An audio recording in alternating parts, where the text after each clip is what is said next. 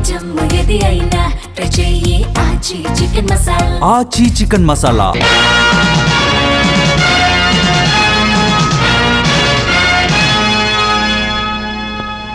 Leader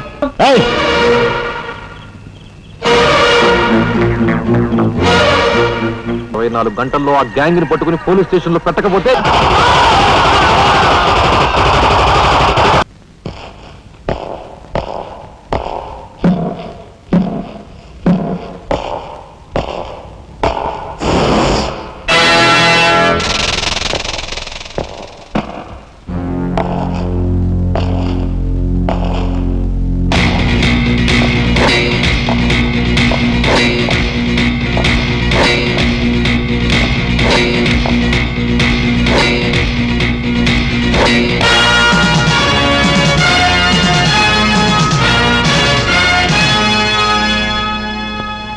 leader వీళ్ళందరి గురించి క్షుణ్ణంగా నాకు తెలుసు.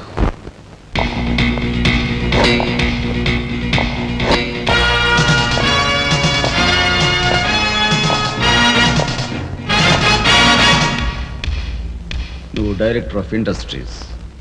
ప్రతిభ గల ఎంతో మందికి ఉద్యోగాలు రాకుండా బంధు ప్రీతికి లంచగొండెతనానికి దాసురవై అనేక మంది యువకుల బంగారు భవిష్యత్తును మంట గలుపుతున్న రాస్కెల్వి. నువ్వు ఎంప్లాయ్మెంట్ ఎక్స్చేంజ్ ఆఫీసర్. ప్రయారిటీలో ఉన్న నిరుద్యోగులకు ఏజ్ బార్ అవుతున్నా పట్టించుకోక నిన్నగాక మొన్న రిజిస్టర్ చేయించుకున్న వాళ్ళ దగ్గర లంచాలు మేసేసి అర్హత గల యువకుల జీవితాలతో ఆడుకుంటున్న స్కౌండ్రల్వి.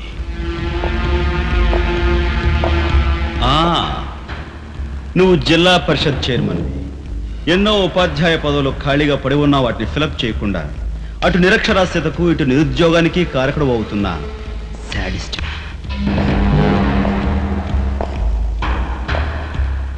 నువ్వు పోలీస్ రిక్రూటింగ్ అథారిటీ. దండిగా లంచాలు పిండేసి ఊచకాడవాళ్ళని ఊరపొట్టగాళ్ళని సెలెక్ట్ చేసి ధైర్య సాహసాలు గల యువకుల్ని అణగదొక్కడమే కాక మొత్తం పోలీస్ వ్యవస్థని నిర్వీర్యం చేస్తున్న రోగ్గువి. ఈనాటి ఈ సమాజంలో మాలాంటి యువకులు నిరాశ నిస్పృహలతో ఇలా తయారవడానికి కారకులెవరు? మీలాంటి చీడ పురుగులే పురుగులే పురుగులే పురుగులే పురుగులే.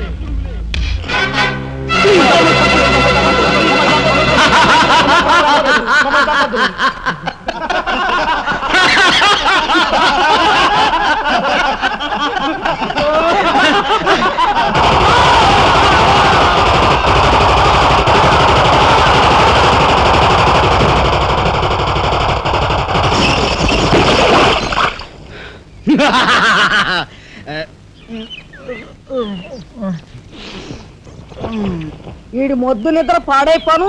ఇక్కడ కర్ర ఎక్కడ తెచ్చింది?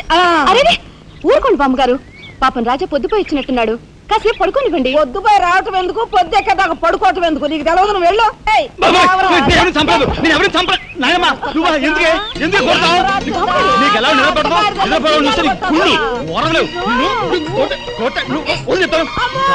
నిద్రపోనకుండా కొట్టుకొట్టి పైవం చేస్తుంటావు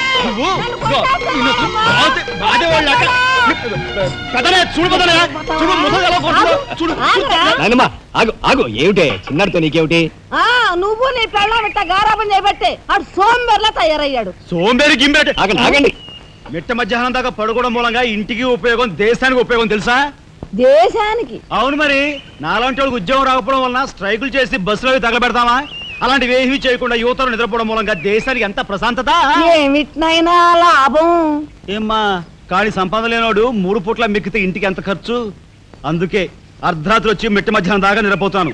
దాని మూలంగా రాత్రి భోజనం, తెల్లారి కాఫీ, టిఫిన్లు నీకు ఆదా కాదా? ఏనా ఇక పెద్దనయ్య అంటావా?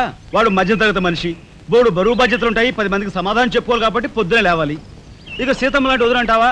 ఇంటి చాకరీ బోర్డు అంత ఉంటుంది, ఆవిడ పొద్దునే లేవాలి. ఇక చిన్నయ్య, ఇదిగో వీడు ఒక పుస్తకాల పురుగు, ఎప్పుడెప్పుడు ఐఏఎస్ పాస్ అయిపోదామని ఉంటుంది కాబట్టి తను పెందడే లేవాలి. ఇక చిన్నపిల్లలు పొద్దునే ఆడుకోవాలి, చదువుకోవాలి కాబట్టి వాళ్ళు పెందడే లేవాలి. నువ్వు నేను ఎందుకే పెందడే లేవటం? నా మాట విన్నాయనమ్మా, నువ్వు నాతో పాటు అర్ధరాత్రి వరకు గాలి తిరుగుడు తిరిగి ఇంటికి వచ్చి నిద్రపోయి లేటుగా లేచావనుకో, ఇంటికి ఖర్చు తగ్గుద్ది, నాకు నీ నస తగ్గుద్ది. ముదిరిపోయావురా. చిన్నబాబు నీళ్లు తోడుతున్నా వచ్చేసి. ఏమిటి ఎంత పొగర్రా నీకు ఏ? ఉదయంతో చాకరీలు చేయించుకుంటావా ఏంటి దొడాలి సబ్బెట్టాలి మళ్ళీ రఫాడించేస్తానే అనుకున్నావు నువ్వు చేయాల్సిన పనులు వదంతో చేస్తావు నేను నిన్ను కేకలు పెడతావు అనుకుంటే నువ్వు ఎదురొస్తావా అయినా ఈ వయసులో నువ్వు చేయాల్సిన పనులు ఏమిటి ఏంటయ్యా నాకు సేవలు చేసుకోవటం ఏంటి తాతయ్యకి ఎలాగో సేవలు చేయలేదు నాకు సేవలు చేసుకో దేవుడు మెచ్చి నీకు స్వర్గ దూరాలు తెలుస్తాడు నిజమేనట్రా చిన్న నిజమైన ముసుల్దానా దా కొడుతాం పెద్దాడా ఇల్లు అమ్మేయటానికి తీర్మానించుకున్నావా అమ్మకి తప్పేటట్లేదు నానమ్మ. మనకున్న అప్పులకి ఈ ఇల్లు కాదు కదా ఈ వీధి మొత్తం అమ్మినా ఏమీ తీరం నువ్వు నోరు మీరా ఆడి మాటలకేం గాని మీ తాతయ్య రెక్కలు బొక్కలు చేసుకుని ఈ ఇల్లు కట్టించాడురా నా బొందులో ప్రాణం ఉండగా అమ్మ నేను నన్ను చంపుకు తిన్నంత ఒట్టే ఈ మాత్రం దానికి అంత పెద్ద పెద్ద మాటలు ఎందుకు లేనమ్మా. అమ్మలే నా తిప్పలేవో నేనే పడతాను. అన్నయ్య అసలు ఈ గొడవేమీ లేకుండా నేనే చదువు మానిస్తే అయ్యి బాబోయ్ భలేవాడివే చదువు మానేస్తానంటావేంటి నువ్వేదో కలెక్టర్ అవుతావు ఇంటెల్ పాదిని ఉద్ధరిస్తావు అని మేమంతా నీ మీద ఆశ పెట్టుకుంటే తప్పురా అన్నయ్య ఆ పని చేయకు. అవును ఇప్పుడు నీ అయ్యే చదువుకి ఎంత ఖర్చు అవుద్ది ఢిల్లీ దాకా వెళ్ళాలంటే 500 ఖర్చు అవుతుంది. ఆ పైన ఎగ్జామ్ ఫీజు ట్యూషన్ ఫీజు పాత బాకీలో కలిసి కనీసం 25,000 అవుతుంది. 25,000 మా బాబే అంతేనా 25,000 అంటే ఇదిగో మా పెద్దనే సర్దుకుంటాడులే నువ్వు సర్దుకో ఆడు సర్దుకోపోతే నువ్వు సర్దుకుంటావా నువ్వు ఇష్టం పోరా, నువ్వు భోంచే. ఏ, నువ్వు మాట్లాడతావా? నానమ్మ, ఊరుకో. ముందు వాడు భోంచేది రే రాఘవ, ఏ పరిస్థితుల్లో నీ చదువు ఆగిపోవటానికి వీలేదురా. ఎంత ఖర్చైనా సరే డబ్బు సంగతి నేను చూస్తాను. నువ్వు నీ ఏర్పాట్లో ఉండు. అదిగో వచ్చారు నీ గాడిద గ్యాంగ్ పూసే గాడిద వచ్చి మేసే గాడిదని చెడగొట్టిందంట మెయిటివ్ అయిందిగా ఇక లేచెండు నాయనమ్మా సాయంత్రం వచ్చేసరికి మునక్కాయ కూరలో ఉప్పు చేపేసి ఉండి పెట్టవా ములక్కాయన్ని ఉప్పు చేప వండి పెడతా ఎలా కొంటిదానా మీ తాత ఇట్టగా ఏడ్పిస్తూ తినేవాడురా ఈడు అన్ని ఆయన పోలికలే. ఏంటి ఈ రోజు మన ప్రోగ్రామ్? ఏముందిరా షారా మామూలే ముందుగా ఉద్యోగాల వేట ఆ తర్వాత అమ్యూజ్మెంట్ పార్క్ కొడుకుసే వాళ్ళకి ఇల్లు చేరుకోవడం. హిందూ వదలకే నీ ఓటు. మనాడికి రాజకీయాలంటే ఇంట్రెస్ట్ లేదు కానీ అప్పట్లో మనందరం కలిసి హిందూ వదల జిందాబాద్ అని ఉంటే ఈ పాటికి ఒక్కొక్కడికి 10 ఉద్యోగాలు ఉండేవి.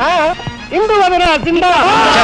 బోలో స్వతంత్ర భారత్ కే, బోలో స్వతంత్ర భారత్ కే.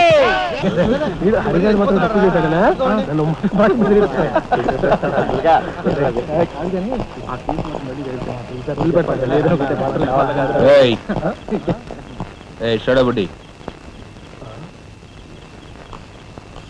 ఏంటి సార్? ఎక్కడి నుంచి రాస్తున్నారు? అమ్యూజ్మెంట్ పార్క్ నుంచి. టికెట్లు ఎక్కడ? టికెట్లు చింపేసి కదండి లోపలికి పంపిస్తారు. ఏంట్రా లాజికల్ మాట్లాడుతున్నావు?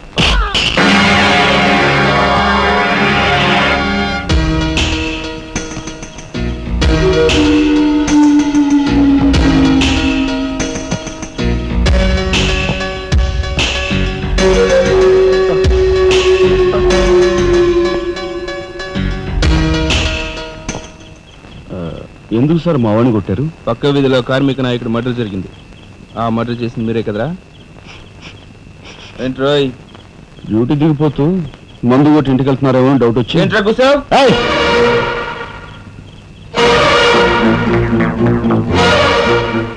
అసలైన నేరస్తుల్ని పట్టుకోవడం చేత కాకపోతే యూనిఫామ్ తీసేసి ఇంట్లో కూర్చో.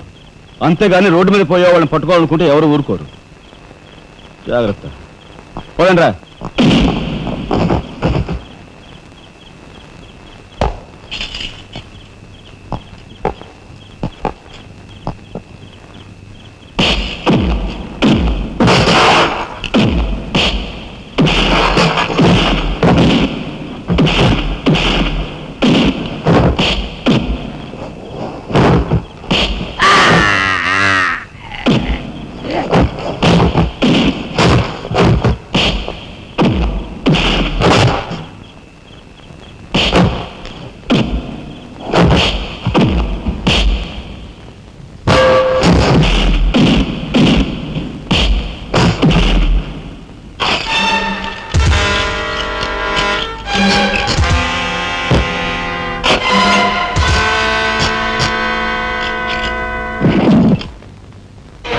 పోలీస్ ఇన్స్పెక్టర్ అయి ఉండి వాళ్ళతో దెబ్బలు తింటాను నీకు సిగ్గులేదు 24 గంటల్లో ఆ గ్యాంగ్ ని పట్టుకుని పోలీస్ స్టేషన్ లో పెట్టకపోతే నిన్ను మర్డర్ చేస్తాను అండర్స్టాండ్ ఝన్ ఝన్ ఝన్ తెలుగు వన్ రమ్మంది తెలుగు వన్